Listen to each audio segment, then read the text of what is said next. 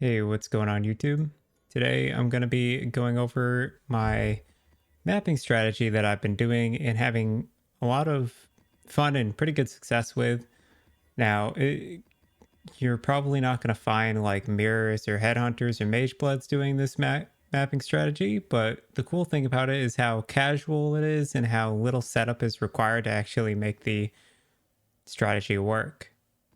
So basically, the strategy is designed for Alch and Go using the new League mechanic, the Wildwood mechanic. And all you're going to want to do is go into your map, proc the Mirror of Delirium, go into the Wildwood, and pick up as much blue and yellow wisps as possible. And then you're going to leave the Wildwood and run the map.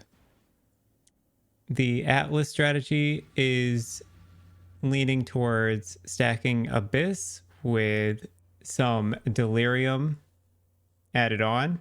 And it's designed to try its hardest to get as many Abysses into your map as possible and getting you a Mirror of Delirium as frequently as possible in your map. On top of that, we're taking the Unending Nightmare Keystone passive so that we can keep Infinite Delirium up the whole time. That way we're not worried about it running out. And then we're focusing on blue altar, but it works just as well on red altar if that's your preference. The Wildwood mechanic by itself is able to carry maps drop quantity so well that if you just pair it with Abyss or just any mapping strategy or Atlas passive tree that has a lot of rares in your map, it'll kind of just self-sustain and be self-sufficient. We're also taking some map sustain nodes in order to more than sustain our amount of maps that we need. We're running singular focus so that we get more currency drops on maps that we don't want to run. And then with our last like 4 points or so, we're taking additional shrine chants so that we can just get a little more mob density in the map. I've seen some people doing a strategy similar to this, but they're pairing it with Legion instead of Abyss, or pairing it with Legion instead of Delirium. Something to note is Delirium adds an overall quantity and rarity bonus to your map. It's a global increase. So that's why I'm taking Delirium. Not only that, but a lot of the cluster jewels that drop early league are worth quite a bit of currency. So that's just another high roll drop. And because of the Wildwood, we're actually seeing a lot of cluster jewel drops consistently. I think my best drop so far from doing this strategy that is just a random global drop has been the Immortal card dropping. So 1/10 of a House of Mirrors card. And apart from that, I've dropped divines here and there. Maybe I'm dropping like one divine every 8 or 9 maps, as long as I'm getting a good amount of blue and yellow wisps through the Wildwood. The map that I'm choosing to use for the strategy is Crimson Township, mainly because I really enjoy the layout. It's a comfortable layout. It's something that's easy to run. It's got a large amount of mob density and there's a lot of room to run around and for things to spawn. So it feels like a good, comfortable map to run. You can do this with literally any map. It does not matter. Burial Chambers, you could run that if you want to farm for doctors. I do Crimson Township because it's not Crimson Temple and it drops apothecary cards, but also because I like the layout more than Burial Chambers. Although I do think that Burial Chambers is probably a better map to run on if you can stomach the layout for a long period of time. I've been running the strategy on my Cast on Crook Creeping Frost build, which I have been working on throughout the league, and it has gotten to a point where it's pretty powerful and can handle some of this stronger content. Of course, I still do get beaten by, say a touched 5k blue/yellow boss unique enemy. Like some enemies, this mechanic just turns them into superheroes and you just can't beat them. But for the most part, my build is clearing this content with ease, and it's not too difficult of content as long as your build has solid defensive layers, as we are just doing Alch and Go.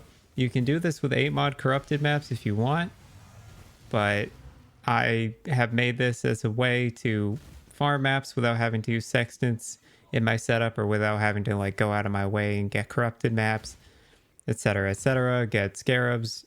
I don't want to do any of that. That's not fun for me. I don't like all of that setup, so I try my best to make a strategy that works with just using an Orb of Alchemy on the map and some Cartographer's Chisels on the map. And so this is what I came up with. I'm very happy with it. I don't know if it's perfect. I'm still considering making changes, and potentially, now that I have a lot of maps, taking out the map sustain nodes and replacing those for maybe some Legion spawn chance or something like that. I haven't figured that out yet. I haven't gotten that far, but overall, I'm having a lot of fun with the strategy. The league mechanics are a lot of fun to play around with, and yeah, hopefully you guys can, if you're a casual mapper, use the strategy and enjoy all the crazy loot you can get out of this mechanic, because man, it drops a lot of loot. All right, I'm gonna let the gameplay play itself out, and thanks for watching. I'll see you in the next one. See you later.